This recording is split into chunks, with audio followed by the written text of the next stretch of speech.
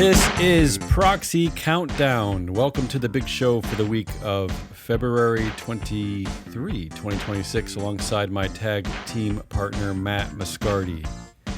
I'm Damian Rawlis. On today's countdown, SEC filings won't say Epstein. The down to 2F phenomenon is still happening in 2026. An activist investor hates burger smear. Tyson Foods honors its shareholders. And on the big vote, Matt discusses Vanguard's political theatery settlement with MAGA country. Let's start with our trade war, our top stories. I tracked 145 filings since early February. This is what we consider leagues 3 and 4. These are the biggest market cap, 600 biggest market cap companies basically in the United States. Let's start with some more Epstein fallout. Goldman Sachs released a statement, a filing that Kathryn H. Ruemmler has determined to retire from her roles as chief legal officer and general counsel. That's it. It was the shortest 8K filing I covered out of everything I covered. And of course, it mentioned nothing about her relationship with Epstein. I mean, it's a shameful lack of information there. And really, if shareholders are not part of the political news cycle, they should have been told why she was resigning, because it had nothing to do with her job performance. Same thing at Hyatt Hotels. Executive Chair Thomas Pritzker, who's part of the controlling family, he resigned immediately as chair, but somehow he will serve the remainder of his term as a director until May. I don't understand that at all. And again, in a lengthy press release that was attached to the filing, nothing was mentioned about his relationship withEpstein. I don't know how. This is that shocking to me. I don't know how it's possible. I mean, we can't figure out why CEOs are sometimes let go, right? What was it? Right. Kohl's CEO? Kroger? Kroger. It was Kroger's CEO. Still not who telling there's us. Still no filing about what happened. Yeah. So it's not that shocking. A few other oddities I found. Synopsis. It said in their filing that the board's decision to renominate. Okay, they disclosed that it was their decision not to renominate two of their directors for re-election. I know that sounds weird that I'm including this, but I never see that. They don't ever say we've decided not to renominate these two people. I mean, the polling of directors, right? The surveys of directors themselves say that on every board, at least one director should be fired. Directors think that at least one other director. So maybe that's what this is. I don't know, but directors, yeah, maybe, because directors resign all the time. I've never seen this language. At Westlake, they elected Bob Patel. He is a Class 3 director, not up for election until 2028. Congratulations there, Bob. This is another odd one. Walt Disney. All they said was they exercised their right to terminate without cause the employment of Christina Shockey, who was the chief communications officer. That's kind of unusual language, too. They exercised their right to terminate her. And again, we don't know why, but odd language there. That is weird. That one is weird, yeah. Especially out of one of it's got to be one of the most famous brands in the world. There's no doubt it's one of the most famous brands in the world. And she was the chief communications officer. And yet, they're not telling us why. They exercised the right to remove her without a reason. I also want to talk about McDonald's because it just cracked me up. So they have a new director. Of all people, it's Ford CEO James Farley Jr. The Ford CEO. Is now on the McDonald's board. Listen to some of the other people on the McDonald's board. You got to get the burgers there somewhere. You got to drive. Someone from Disney, someone from the WNBA, someone from Marriott Hotels, someone from Johnson & Johnson, someone from McLaren, the luxury car company. and someone from Abbott Labs. I don't understand this board, honestly. Like, it's a Midwest two mafia car companies. company. Two It's a car Midwest companies. I mean, but look at the blue chips that you just read off, right? Like you're actually talking about massively interconnected boards and Greg old school blue chip. So it's not that Not shocking. surprised. Talk about some of the gender findings I talked about down to 2F.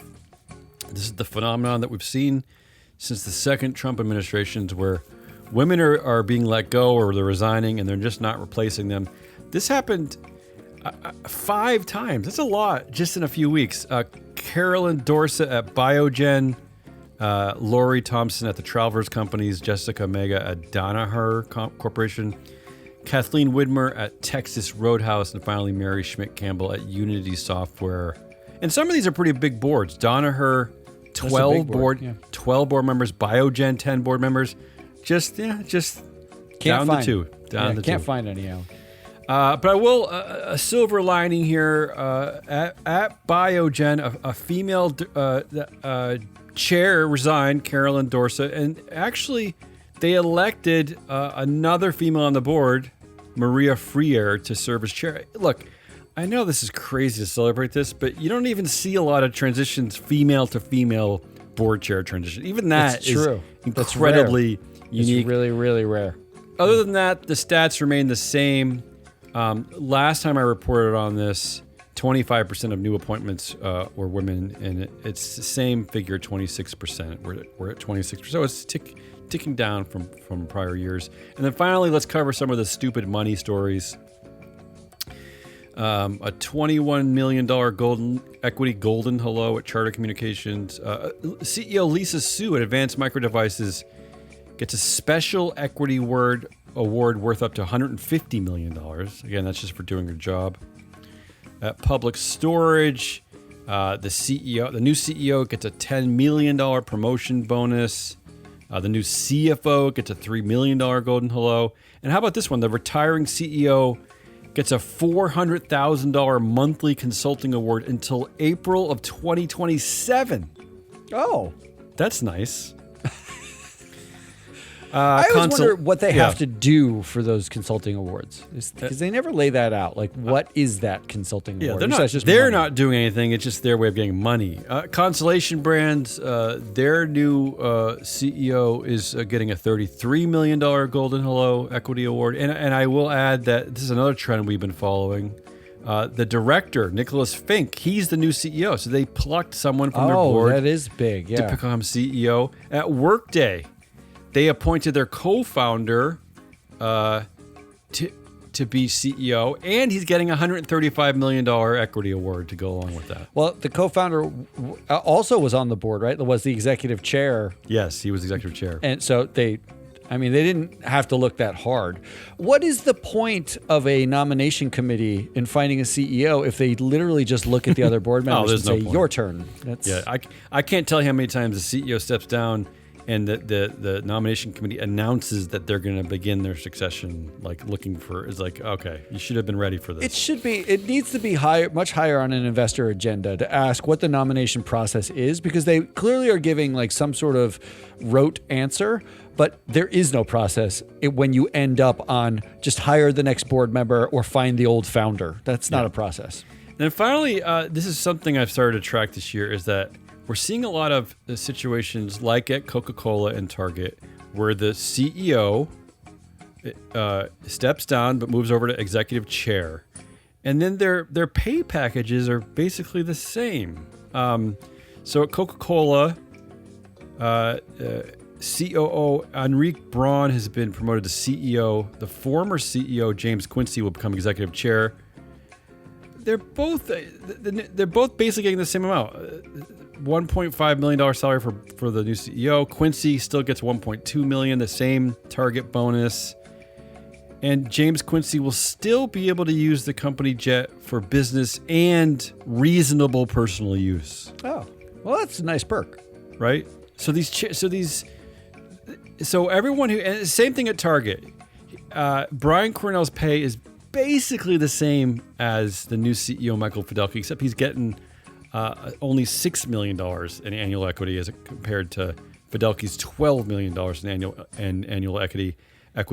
So what my point here is that anyone who misreports that Brian Cornell steps down at Target is missing the bigger picture, which is they're both getting paid like co-CEOs. That's what's happening. Yeah, they are the Ted Sarandos and Greg Peters on every board, basically. Yeah, it could be because if what you were doing is demoting him to a typical chair role and giving him like the $300,000 a year or whatever that goes with most chair roles, fine. But no, Brian Cornell is getting paid almost exactly the same. So I mean, it does seem like the executive chair position, first of all, is definitely on the rise. We know that from the data. But second of all, is being used as a way to not retire. Like you don't quite want to be done, but don't want to do the work. It's like cover for failed succession, right? It's a middle ground for failed succession because you can keep the CEO around and you make a lot of money and everybody wins that way. Let's move over to our proxy cage matches. I'm just going to rattle through a bunch of headlines. The broader point here is that, which we've pointed out many times, is that when an activist investor is involved, it's suddenly okay to vote out directors, to add new directors, but only in that situation. Because as I'll report coming up, looking at the meetings, it doesn't happen with normal situations. Only when activist investors step up. Activist investor pushes for TripAdvisor board shakeup. Blackline disclosed that activist investor Engage Capital formally nominated 3 directors for election. Teradata agrees to board changes with activist investor. An activist investor wants 4 new directors at WEX. Activist Dan Loeb dusts off his poison pen as he seeks a board refresh at CoStar Group. I hate that headline. And then Penn settles with activist investor H.G. Vora, appoints 3 new directors. And then finally, our MAGA-loving Cracker Barrel superfan, Sardar Biglari, who is vying for a seat on the board of burger chain Jack in the Box, wants a judge, yes, he's suing, to stop the proxy vote. I've never seen this one before. He wants to stop the proxy vote until the company corrects disclosures that he says amount to a smear campaign. Wow. This guy is such a baby. And all Jack in the Box is doing what everyone else does, which is basically saying that Big Larry's really not that good at this. Like he has run tons of activist campaigns. They're not really that successful. They're not about shareholders. They're about him. And as is the case at Cracker Barrel, it's an erratic pattern of behavior where he fights he's been fighting at Cracker Barrel for like over a decade, right? He just fights and he fights and he fights and he fails and he flails his hands and again, so he wants the judge to stop the entire proxy voting process until basically they apologize and take it back. They said? Take it back. Yes, I've never seen that. I've never heard of that. Talk about disruptive behavior. I mean, he's proving erratic behavior right there. I've not heard. I thought. I mean, we hear all the time about activists in like the 80s and 90s and how like it was basically a competition. It was a measuring competition where you walk around who's the biggest in the room and who's got the loudest voice, who could be the toughest. This is the whiniest who can be the whiniest in the room. It's like the MAGA world, I guess. It's crazy. And then finally, before I move over to Matt's talking about Vanguard, the vote results table. I looked at 22 meetings with a market cap over $1 billion. I actually looked at a bunch more, but I looked at 52 total meetings. But let's focus on the ones with the market cap over $1 billion. The total number of shareholder proposals at those 22 meetings was 4. And 3 of them, believe it or not, came from Tyson Foods. Well, I do believe that Tyson Foods is a dual class company and is controlled. But they didn't. Okay, but they didn't. There's have no to way bother. they could win. There's no point, right? Okay, but they don't have to bother either.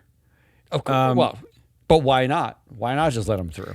And then Apple. This really tells you the state of shareholder proposals in 2026, because usually at these tech companies you see so many shareholder proposals. Apple down to 1.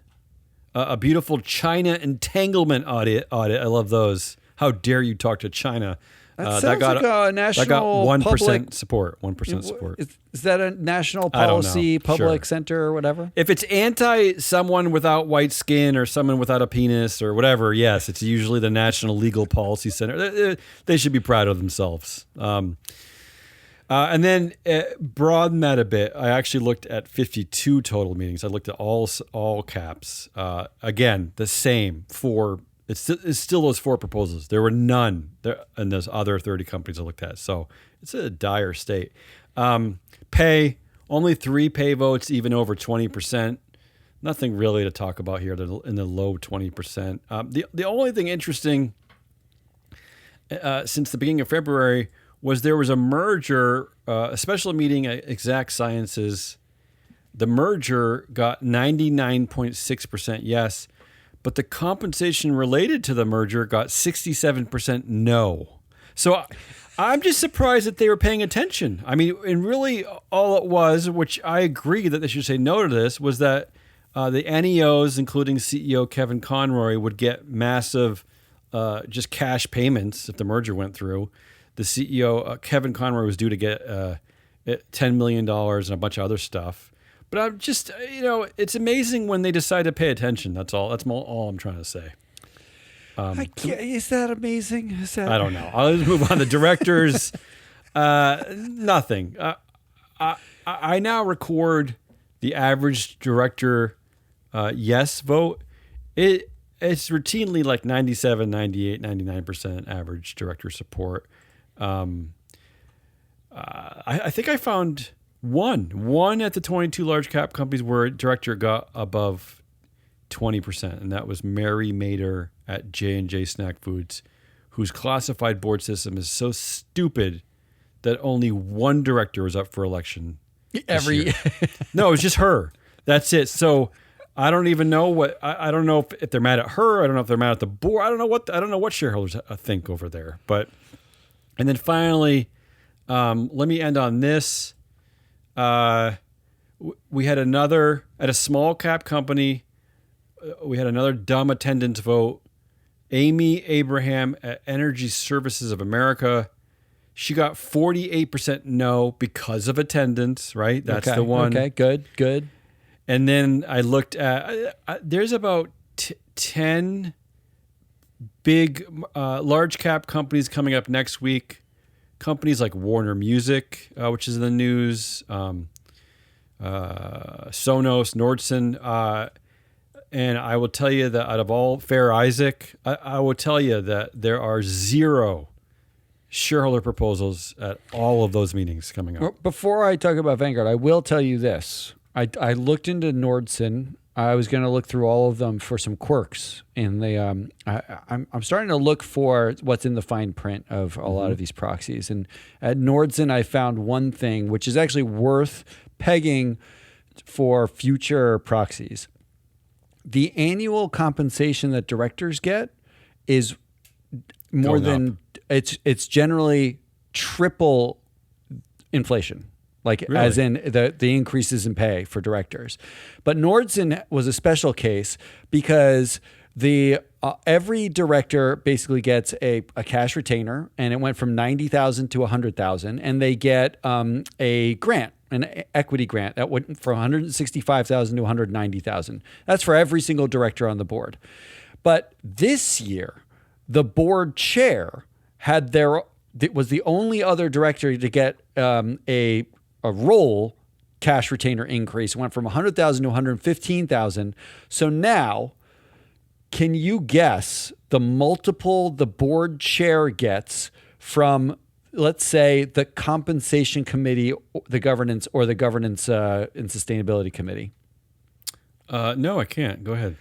So the board chair gets 7x the compensation committee chair.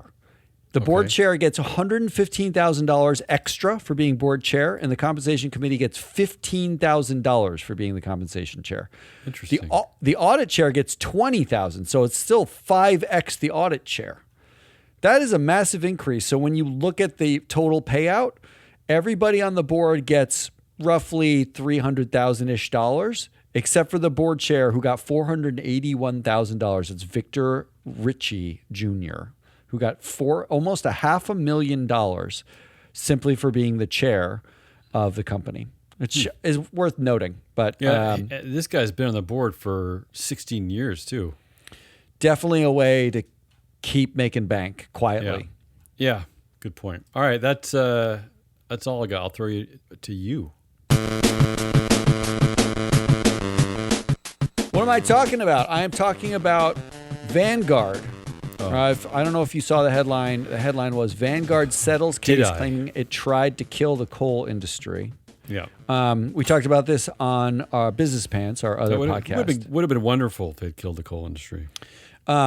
But I want to give you, before I get to that, I need to give you a reference timeline. And this is not a complete timeline. I don't pretend it is. But in February of 2025, a ruling came down from the SEC, guidance clarification, that basically said it differentiated between 13D filings and 13G filings. And it effectively said anyone who was a passive holder, even if they had more than 5%, if they try to influence management in any way, they have to file as an activist, a 13D filer.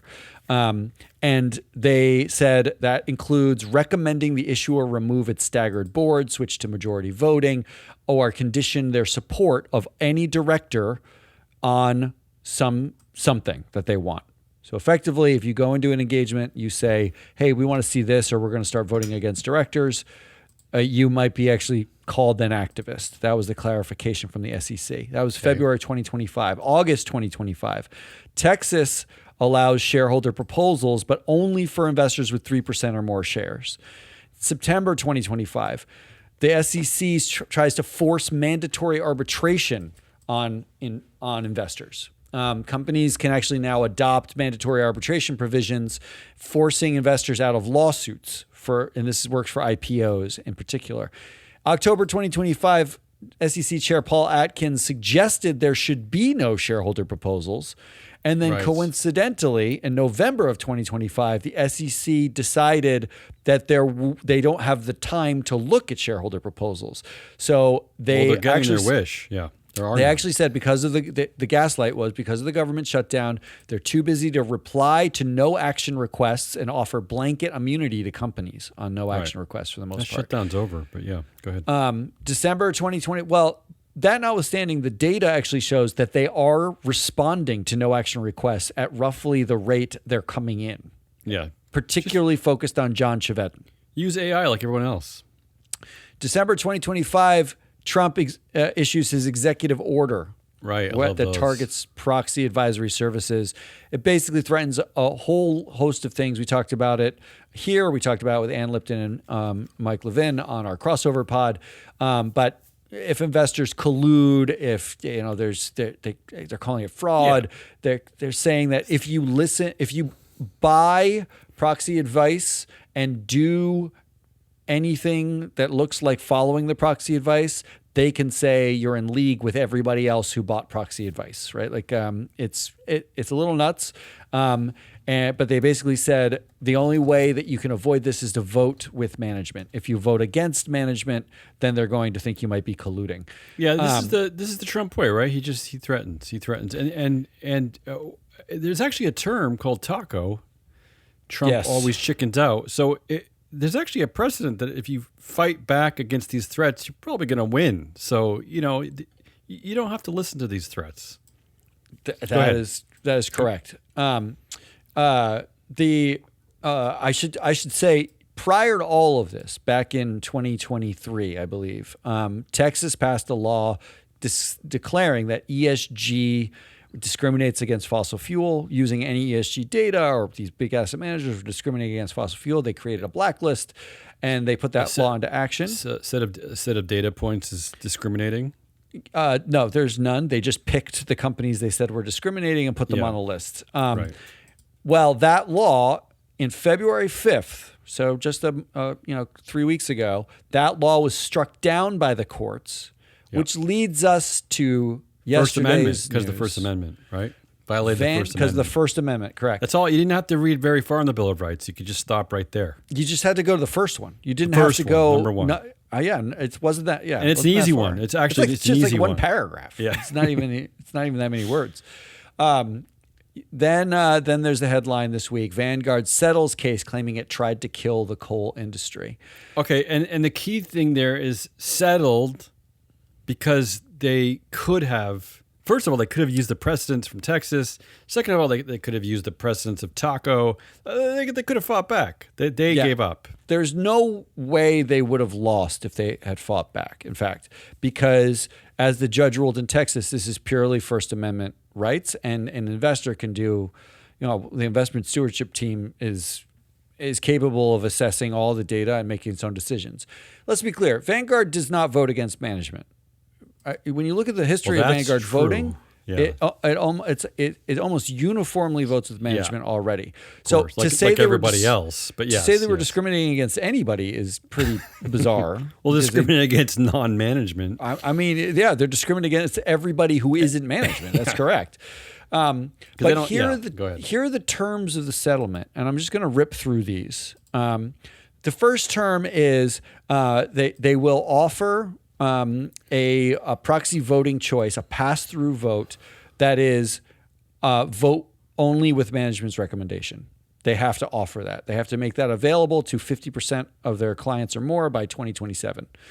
That was already in the works, and they already have that option. So that was really nothing.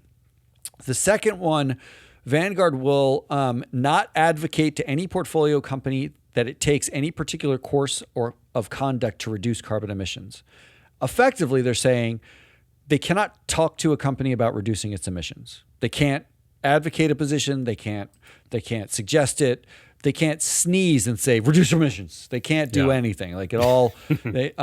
Those are all problems. Can they do blinking Morse code? The Morse code, if the counterparty understands the Morse code, no, they Okay. can't. Good point. Good point. The third one is Vanguard will not nominate directors or submit shareholder proposals, which they never did. But the fact that Vanguard was willing to give up that right entirely, this is not capped. This is not, you will not nominate directors or submit shareholder proposals at fossil fuel companies because we think you're discriminating against them. This is not anything like that. This is you will not, period. So no nominations, no shareholder proposals. All this just so they can be invited to the ballroom, like Trump's ballroom. This is all this is? Utterly unclear what they're getting out of this. All right. Because they also had to pay $29.5 million as part of the settlement. That I would understand. I would understand like a check. It's this stuff that it drives me crazy.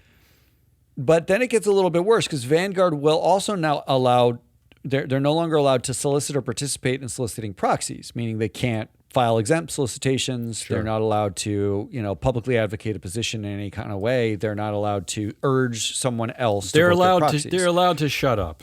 So if you talk to the investment stewardship team at Vanguard now, and you ask them which way are you voting because you're a client and you want to know, they may or may not be able to even tell you because I don't know if that is advocating. If you're not a client, maybe they can't tell you at all. But here's where it starts to get really bizarre. Vanguard will not dispose or threaten to dispose of securities as a condition or inducement of specific action or non-action by such companies. So they're not allowed to sell their security. They're not allowed to. They bought a stock. They don't like the way things are going. They can't talk to management about how it's going, but they're not allowed to sell as an inducement, meaning they can't go to the company and say, hey, we don't like the way things are going. We're going to sell the stock. Why not? Why just oil and coal? Why not everything? Why not like cigarettes? Why do they get to do anything? That's an interesting point. This is not specific at all anywhere to oil and gas. So it's complete neutering. Any company, which means what is the point of being an owner? You basically have said you own the company. However, you are not allowed to talk to them. You're not allowed to ask them to do things, and you are not allowed to condition your ownership on their performance. You cannot now say at Vanguard, this director underperforms the market. This set of directors, this team underperforms the market. If you don't improve your performance, your stock performance, we will start voting out directors. this does not give you that latitude. The way this is worded, the settlement is you cannot threaten to dispose of your security. You cannot sell. Can't use that. Okay. Then the part of the settlement is you have to withdraw from any organizations that advocate reducing climate emissions, right? Like, so their First Amendment right as an organization, and this is what the Texas judge actually said, you can't tell a company that they can't participate in a group. Like, if they wanted to join the Investors for Hitler group, they can join it. That's up to the customer to decide whether or not they want to be a part of a company that is part of Investors for Hitler. Okay. They are now not allowed to be part of any group that advocates for reducing emissions, including they specify PRI, Net Zero Alliance, Ceres, and Climate Action 100. So now they're not allowed to talk to directors about what they want, what they think, or make any threats to directors. They're not allowed to talk to other investors or organizations about what they think and what they want. Right? They're not allowed to join a group. Not allowed to care about anything, really. And then there's the real kicker, which is prior to the onset of any engagement meeting, they actually, as part of this settlement, have to read a disclaimer or provide a disclaimer to the company they're engaging with that says, quote, Vanguard's investment stewardship program is responsible for proxy voting and engagement on behalf of quantitative and index equity portfolios. These funds are passive, and as such, our fund's proxy voting policies are centered around corporate governance practices associated with long-term investment returns. So they're dictating actually what their policy is right there, right? Like the settlement is dictating that their voting policies are long-term investment returns. Not that that's wrong, but that's now dictated as part of a legal settlement. Yes. So they can't decide tomorrow. They're agreeing to it. Yeah. They're agreeing to it. In fact, their quantitative funds probably aren't long-term. They're short-term. But now when they sit down and talk to a company, they have to say this. This is what is in the settlement. Then they go on to say, before we begin this engagement, this is a quote, before we begin this engagement, we want to be clear that Vanguard advised funds have no intent to influence company strategy or operations or the control of the company. Nothing we mention or discuss during this conversation or any engagement with the company is intended to imply that our support for any director is conditioned upon the company taking action on any matter discussed. We are also not able to discuss any voting intentions prior to the meeting. So summarizing that, under God? Does it end with under God? Do they have to put their hand to their hearts and take their hat off? It doesn't specify that. Okay. I wouldn't be surprised though.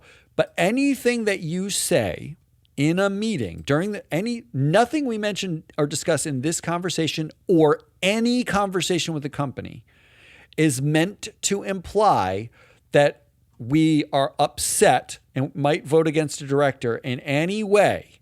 We can say, God, we really hate your stock performance.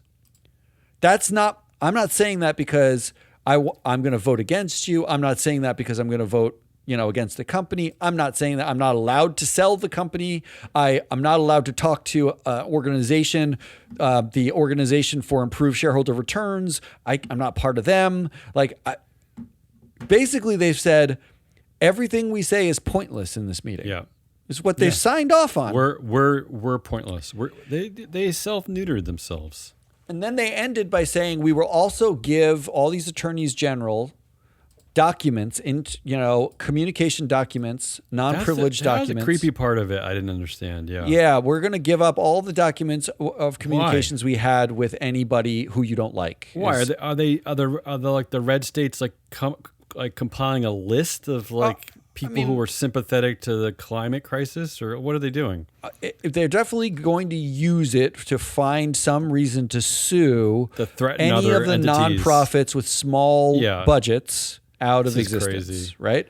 Vanguard should be ashamed of themselves. It's really shameful. And what's worse is the shareholder rights angle, because the implications here are Vanguard, according to our data, Vanguard is the largest shareholder at roughly 1,050 of 3,200 U.S. public companies.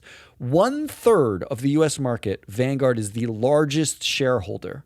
Mm-hmm. That means at 1/3 of the U.S. market, They have given up their shareholder rights entirely. They are not allowed to engage. They are not allowed to vote. They are not against management. They are not allowed to do many things. At nearly 1,000 of those companies, they own more than 10% of the shares. At 50 of the companies, they own 15% or more of the shares. Yeah. At all of these companies, they will be scrutinized for every vote they make. Imagine a situation where Vanguard votes against a director because that director underperforms. Yep. Very simple. Just we looked at the TSR of the company over the last 7 years. We looked at the TSR of every company this director's ever sat on.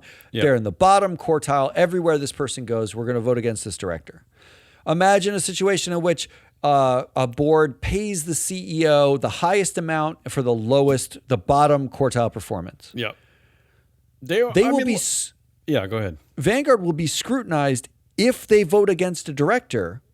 Despite the fact that they own 15% of the company. They can vote whatever they want. I mean, they're the owners. What is the point of the vote and the ownership rights if you literally have handed them over to red states in exchange for and paid them $29 million in exchange for something that was invalidated by the Texas courts as illegal, as against First Amendment rights? So now we have to consider effectively that 10% of U.S. company votes are fully captured by management. Meaning, if you have like a supermajority standard for a company that requires 75% of outstanding shares to vote, not only do you have to meet the 75% of outstanding shares, but even if you meet that, you actually need 55% of every remaining vote just to get over the fact that Vanguard is going to vote with management no matter what. It's automatic. Yeah. It's the Exxon it's like a handicap vote recapture plan yeah. for 1,000 U.S. companies without having it to be company by company. That's what this settlement does. So I almost wonder if because the Texas case was decided, you said February 9th, did you say? February 5th. Yeah. I almost wonder if this settlement negotiation has been going on for quite some time, and